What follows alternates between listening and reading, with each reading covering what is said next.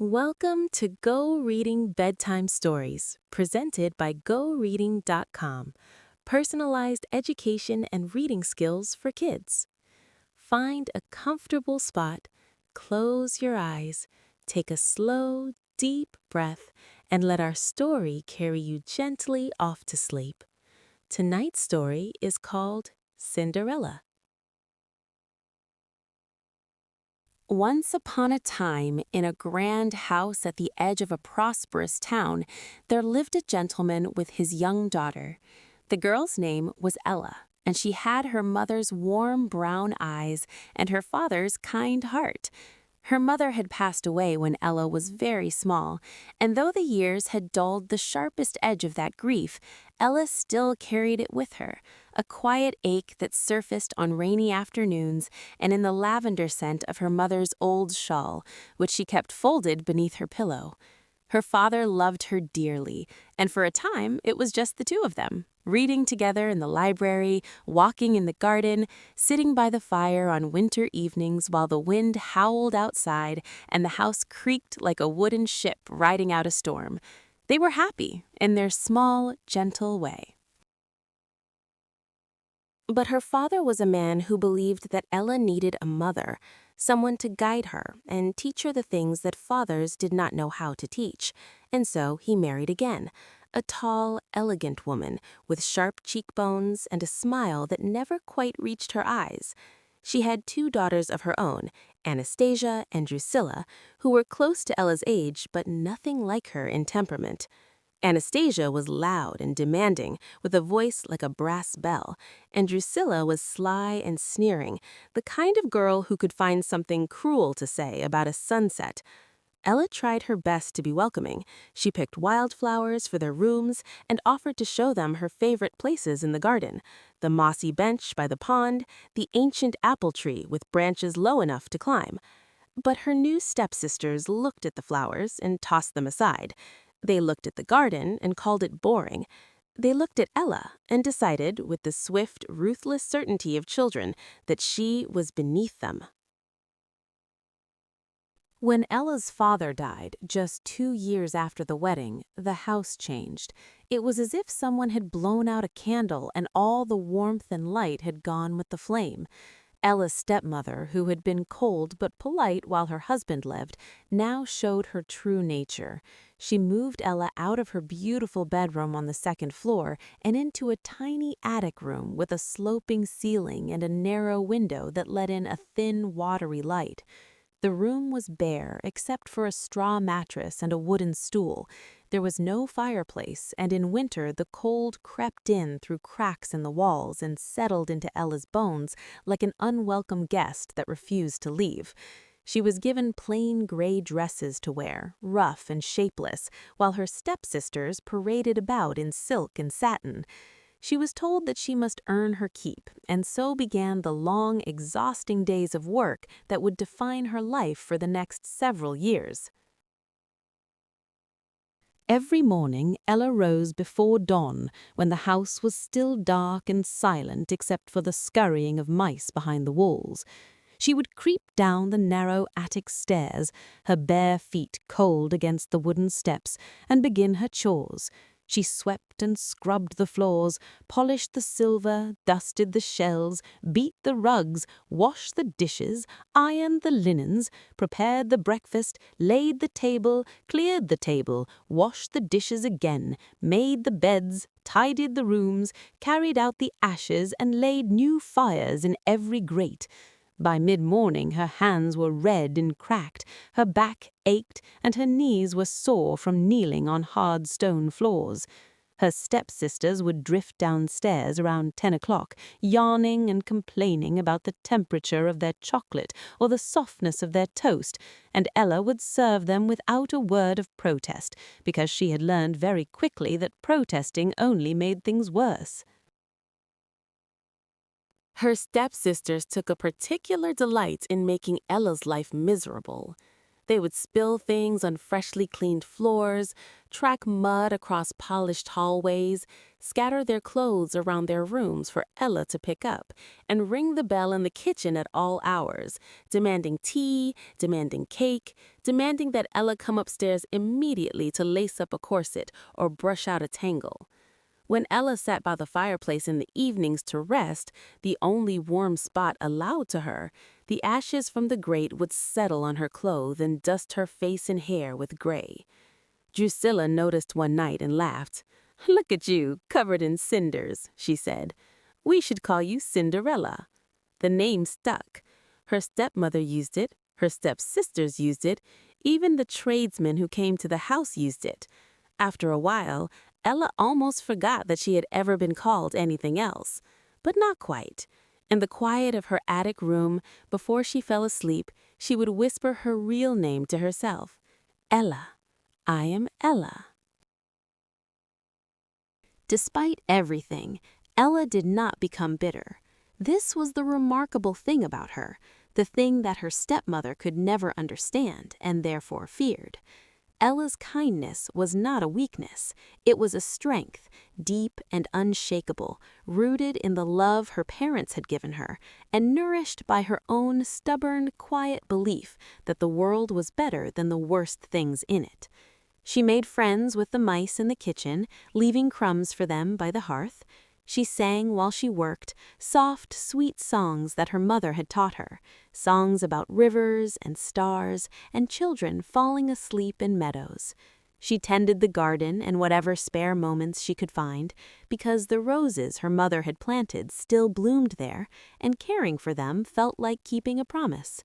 The birds in the garden grew so used to her that they would perch on her shoulders and eat seeds from her open palm. News of the royal ball arrived on a Tuesday, carried by a herald on a white horse who blew a silver trumpet at the town crossroads. The king was hosting a grand celebration at the palace, 3 nights of dancing and feasting, and every eligible young woman in the kingdom was invited. The announcement sent Ella's stepsisters into a frenzy of excitement. They shrieked and clapped and immediately began arguing about what they would wear. Anastasia insisted on a gown of scarlet velvet with gold trimming. Drusilla demanded cornflower blue silk with a train. They sent Ella running to the dressmaker, the milliner, the shoemaker, the ribbon shop, the perfumer. For 3 weeks, Ella stitched and pressed and hemmed and altered, working late into the night by candlelight, pricking her fingers with the needle until they bled. She said nothing about wanting to go herself. It was too much to hope for. On the evening of the ball, Ella helped her stepsisters dress, lacing their corsets, fastening their necklaces, arranging their hair in elaborate styles with combs and pins and tiny silk flowers. She worked carefully and without complaint, as she always did. When they were ready, her stepmother swept into the hallway in a gown of deep purple, looked at her stepdaughters with satisfaction, and then turned to Ella. "You did well," she said. "Now clean the kitchen and go to bed." The front door closed behind them, the carriage wheels clattered away down the lane, and Ella stood alone in the hallway of the empty house, listening to the silence, and for the first time in years, she cried.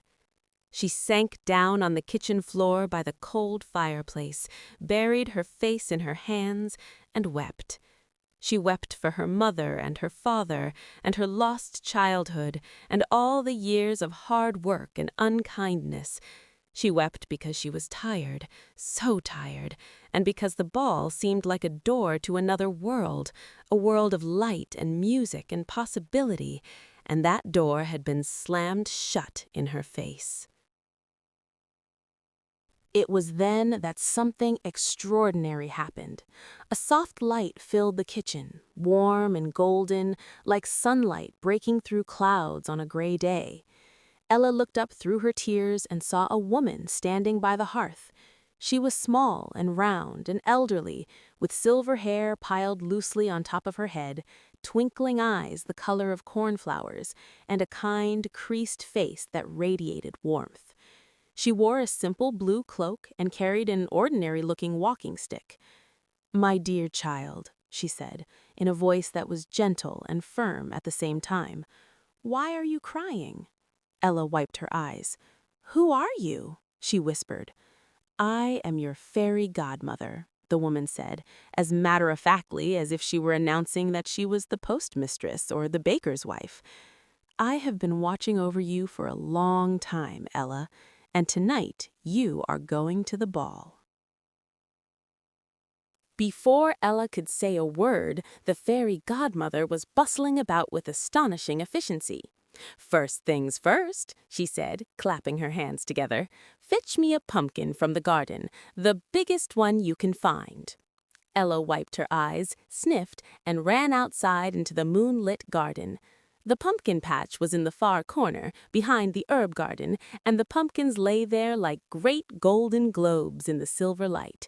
She chose the biggest one, a magnificent specimen the size of a wagon wheel, and carried it back inside, staggering a little under its weight. The fairy godmother set it on the kitchen floor, stepped back, took a deep breath, raised her walking stick, and tapped it once. Ella gasped. The pumpkin shuddered. It swelled and stretched and shimmered, its orange skin turning to polished gold, its stem curling into an ornate handle, its round body expanding into the shape of a magnificent coach with glass windows and velvet seats and tiny golden lanterns hanging from each corner. It sat on the kitchen floor, gleaming under the moonlight that streamed through the window, real as a heartbeat. "Now," said the godmother, looking rather pleased with herself, "the mice." She opened the little trap by the hearth, where 6 gray mice had been dozing peacefully. One tap of her stick, and 6 sleek white horses stood stamping their hooves on the flagstones, tossing their silvery manes, snorting with surprise and excitement.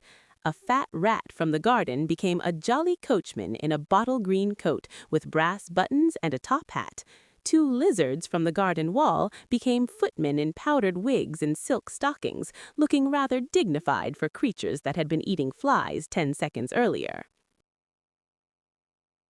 Then the fairy godmother turned to Ella herself. "Now for you, my dear," she said, with a twinkle that suggested she had been looking forward to this part. She raised her walking stick, and Ella felt a warmth wash over her, as if she had just stepped into a bath of sunlight. Her ragged gray dress dissolved, and in its place appeared the most beautiful gown she had ever seen or imagined. It was made of fabric that shifted between silver and pale blue, like moonlight on water, scattered with tiny crystal beads that caught the light and sent it spinning in all directions. The bodice fitted perfectly, as if it had been sewn just for her, which in a way it had. Her hair, which had been tangled and gray with ashes, was now clean and shining and arranged in a cascade of soft curls, held in place by a slender silver tiara. And on her feet, the most astonishing detail of all, a pair of glass slippers, delicate and impossibly beautiful, clear as crystal and light as air. Ella stared at her reflection in the kitchen window and could not recognize herself. "Remember," said the fairy godmother, her voice suddenly serious, "the magic will last until midnight and not a moment longer. When the clock strikes 12, the coach will become a pumpkin, the horses will become mice, your gown will become rags, and everything will be as it was before. You must leave the palace before midnight." Ellen nodded, too overcome with gratitude and wonder to speak. She hugged the old woman, climbed into the golden coach, and was carried away through the night, through streets that sparkled under the stars, toward the glowing windows of the palace, where music was already playing, and the sounds of laughter and merriment drifted out into the cool evening air. When Ella entered the ballroom, the world seemed to hold its breath. Every head turned. Every conversation paused mid-sentence. Even the musicians faltered for a moment before picking up the melody again. She was not merely beautiful, though she was that. She radiated something deeper, a gentleness, a grace, a quiet inner light that could not be missed or faked. Her gown shimmered as she moved, catching the light of 1,000 candles in its crystal beads, scattering tiny rainbows across the polished floor. She moved through the room as if walking on clouds, her glass slippers making the faintest musical chime against the marble floor. People stepped aside to let her pass, not because they were told to, but because something about her presence made them want to give her space, the way people instinctively step aside for a shaft of sunlight. The ladies of the court whispered behind their fans, wondering who she was. The gentlemen straightened their waistcoats and tried to catch her eye. The king leaned forward on his throne and raised his eyebrows. The queen smiled. The prince, who had been standing by the throne looking bored and vaguely miserable, as princes who are being forced to attend balls in order to find wives often do, saw her and felt something shift inside his chest, a deep, quiet recognition, as if he were remembering a melody he had heard long ago in a dream. He crossed the room, offered his hand, and asked her to dance. She placed her hand in his, warm and steady, and they began to waltz. They danced together all evening. The prince was enchanted. He wanted to know everything about her name, her family, her favorite book. Did she prefer summer or winter, cats or dogs, mountains or the sea? Ella laughed and deflected his questions with gentle humor because she could not tell him the truth, that she was a servant in her own house, dressed in borrowed magic that would vanish at midnight. But she could be herself, truly herself. Ella, not Cinderella, and that was enough. They talked about stars and gardens and the way rain sounds on a tin roof. They talked about kindness and patience and whether fireflies glow because they are happy. They talked about the old apple tree in the palace orchard, and the prince confessed that he climbed it every Tuesday afternoon when no one was looking, which made Ella laugh so hard that the people standing nearby turned to stare. He told her about his horse, a spirited gray mare named Cloud, and how he rode her through the meadows early in the morning when the dew was still on the grass and the world felt brand new. She told him, carefully and without giving too much away, about a garden she had once tended and how the roses there bloomed even in the hardest years, and how she believed that beautiful things had a stubbornness about them, a refusal to give up, that was the most hopeful thing in the world. The music swirled around them, and the candles flickered, and the hours melted away like snowflakes on a warm window. Ella had never been so happy. She felt as if she had been in a cold, dark room for years, and someone had finally opened the door and let the sunshine in. And then the clock began to strike midnight. The first deep chime rang through the ballroom like a warning bell. Ella's blood went cold. She had been so happy, so lost in the music and the conversation and the prince's warm, kind eyes that she had forgotten completely. 11. The clock struck again. 12 would be next. "I have to go," she said. The prince looked bewildered. "But the evening is just beginning. We have not even had supper." "I am sorry. I am so sorry," Ella gasped, and she pulled free of his hand and ran. She ran across the ballroom, her glass slippers clicking on the marble, past the startled guests, past the footman at the door, down the wide marble staircase that spilled into the palace courtyard. As she ran, the clock kept striking. 10, 11. She stumbled on the bottom step, and one of her glass slippers came off. She did not have time to go back for it. 12. The final chime echoed across the courtyard, and in an instant the coach was a pumpkin rolling across the cobblestones, the horses were mice scurrying into the hedges, the coachman was a bewildered rat, and Ella stood in the moonlight in her ragged grey dress, breathless and alone. She walked home barefoot through the quiet streets, one glass slipper on her foot and the other lost on the palace steps. The magic had gone, but not all of it. The one remaining slipper glinted on her foot, real and solid and beautiful, a talisman, a proof that the evening had been more than a dream. The streets were empty at this hour, silvered with moonlight. A cat watched her from a windowsill with luminous green eyes. The fountain in the town square trickled softly, its water catching the light of the stars. Ella's bare foot was cold against the cobblestones, but she barely noticed. Her mind was still in the ballroom, still turning slowly in the prince's arms, still hearing the music and feeling the warmth of his hand at her waist. She passed the baker's shop, dark and shuttered, and caught the faint, lingering scent of bread from the day's baking. She passed the church, its steeple a dark finger pointing at the moon. She crept in through the kitchen door, quiet as a mouse, hid the slipper under her mattress, and lay down in her narrow bed while the rest of the household slept. Her heart was still racing. She could still feel the warmth of the prince's hand, still hear the music, still see the candlelight reflected in 1,000 crystal glasses. Tomorrow there would be ashes and scrubbing and cold porridge. But tonight had been hers. The next morning, the entire kingdom was in an uproar. The mysterious princess who had danced all evening with the prince had vanished, leaving behind only a single glass slipper on the palace steps. The prince was distraught. He had barely slept. He sat on the palace steps in the early morning light, holding the slipper in both hands and turning it over and over as if it might whisper its owner's name.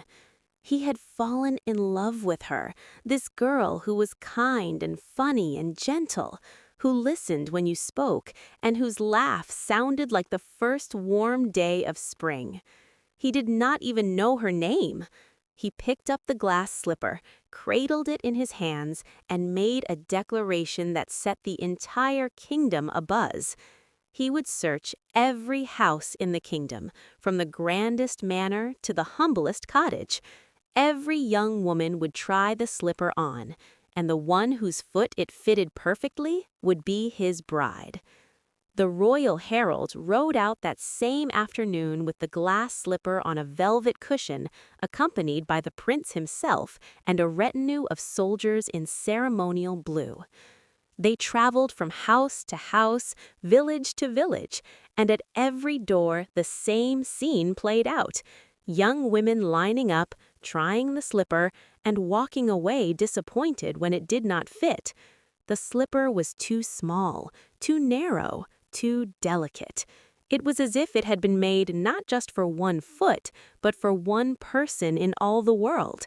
The search continued. Ella's stepsisters were beside themselves with excitement when they heard the news. Anastasia was absolutely certain the slipper would fit her.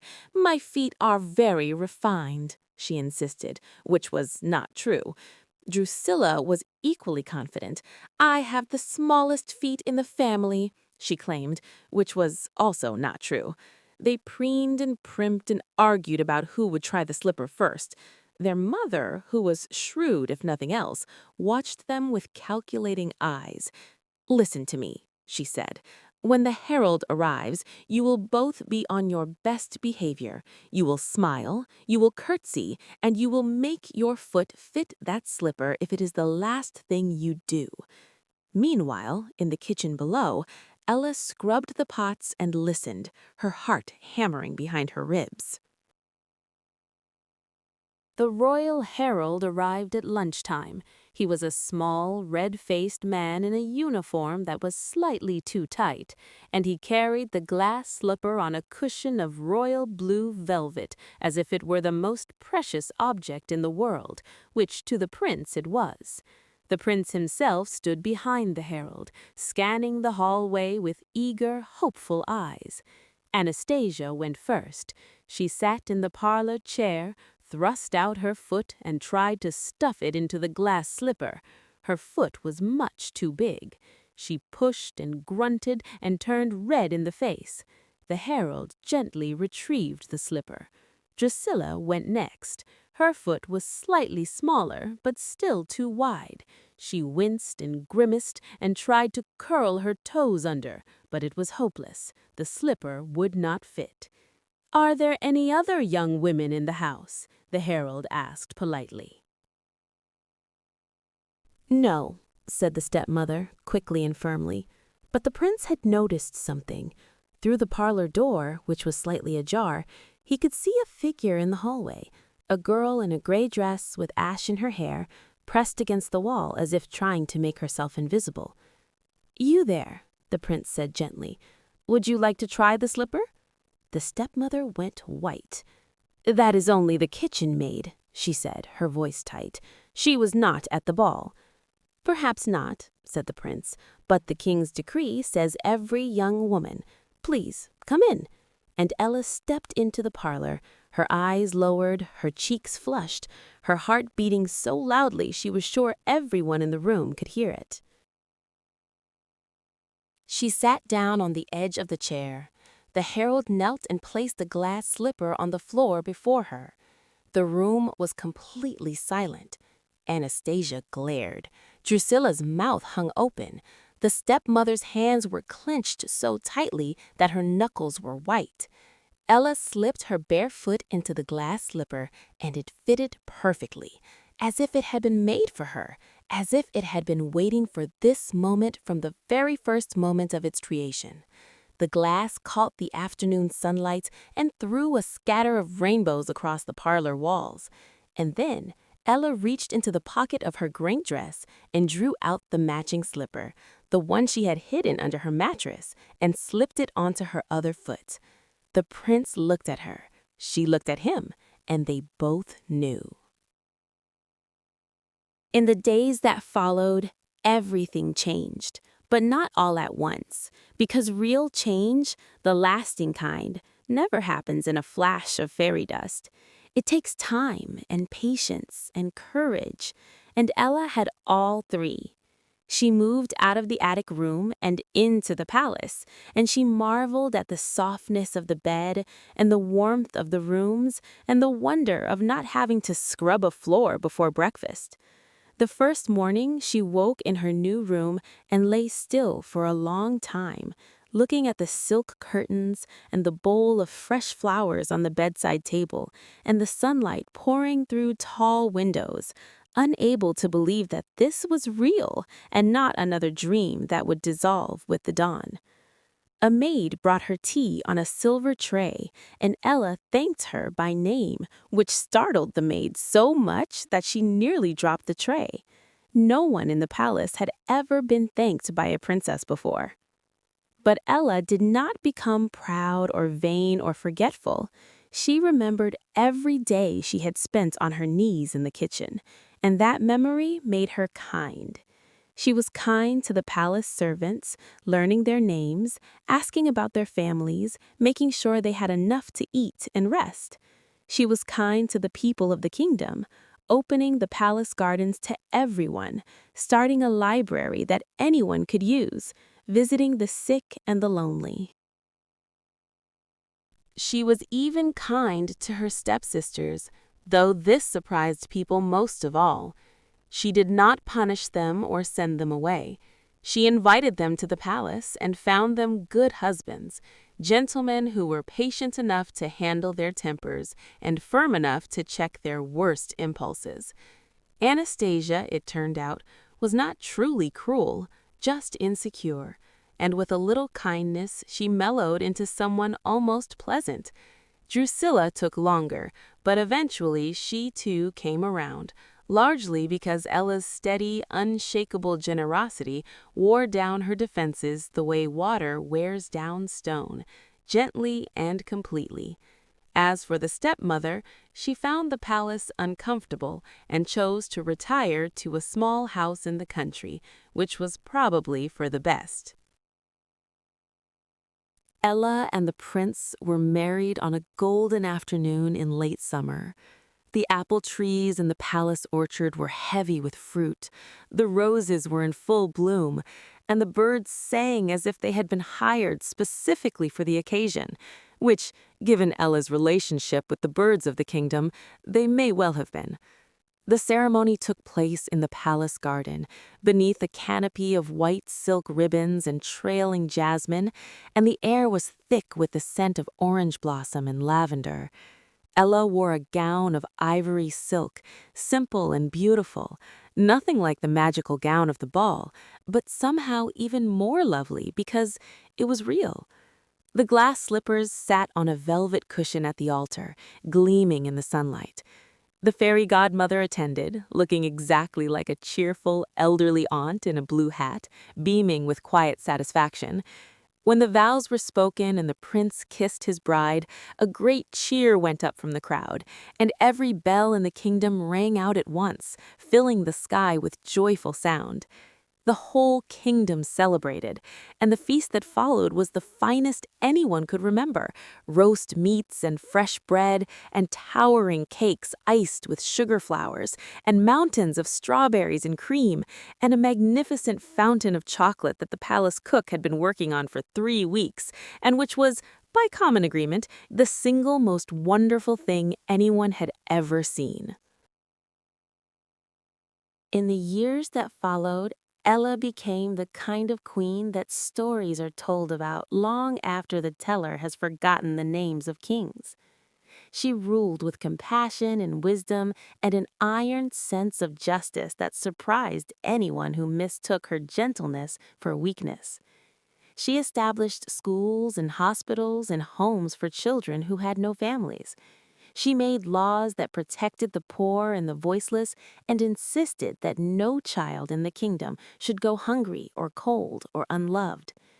She planted gardens in every public square, filling them with the flowers she had grown up tending: roses and lavender and honeysuckle and sweet peas. She insisted that beauty was not a luxury but a necessity, as important as bread and water, because she knew from her own experience that a single blooming flower could lift a weary heart. On Thursday afternoons, she opened the palace doors and anyone could come and speak with her, from the richest merchant to the poorest farmer, and she listened to each one with the same patient attention, remembering their names and their troubles and following up to make sure they had been helped. The people loved her, not because she was beautiful or because she had married a prince, but because she cared, truly cared about their lives, and they could feel it in every word she spoke and every decision she made. Every evening before bed, Queen Ella would walk through the palace gardens alone. She would pause by the rose bushes, which she had planted herself, cuttings from the very same roses her mother had grown in the garden of her childhood home. She would breathe in their scent, sweet and deep and timeless, and remember. She remembered her mother's gentle voice. She remembered her father's warm hands. She remembered the cold attic room and the ashes and the aching loneliness. She remembered the fairy godmother's twinkling eyes and the glass slipper and the first dance with the prince, when the music swelled and the whole world seemed to open up like a flower.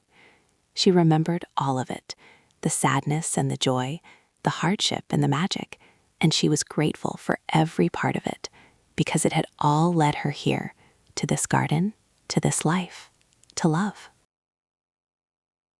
One evening, she found the prince waiting for her by the rose garden. He had brought 2 cups of chamomile tea, as he often did, and a woolen blanket in case the night air turned cool. They sat together on the mossy bench beneath the stars and wrapped the blanket around their shoulders. The garden was quiet, except for the soft chirping of crickets and the distant murmur of the fountain in the courtyard. Fireflies drifted lazily among the rose bushes, their tiny lights blinking on and off like earthbound stars. "Do you ever miss it?" he asked softly. "The old life?" Ella thought for a long moment, turning the warm teacup in her hands. She watched a firefly land on a rosebud and glow there, pulsing gently, before lifting off again into the dark. "I do not miss the cruelty," she said at last, "but I am grateful for everything else. The mice taught me that small kindnesses matter. The garden taught me patience. The ashes taught me that beauty is not on the surface. The loneliness taught me the value of love. And the years of hard work taught me that I was far stronger than I ever knew." The prince took her hand and held it gently, and they sat there together in the garden while the stars turned slowly overhead. Somewhere in the hedgerow, a nightingale began to sing, its liquid notes rising and falling like a gentle stream flowing over smooth stones, and the fragrance of the roses wrapped around them like a warm embrace. The tea grew cool in their cups, and neither of them minded at all. And that, dear little one, is the story of Cinderella, a girl who kept her kindness even when the world tried its hardest to take it away. She did not need magic to make her special. The magic only let the rest of the world see what had been there all along, a heart full of love and a spirit that could not be broken. Remember, as you lie in your warm bed tonight, that kindness is the strongest kind of courage. It is stronger than cruelty, stronger than loneliness, stronger than any spell.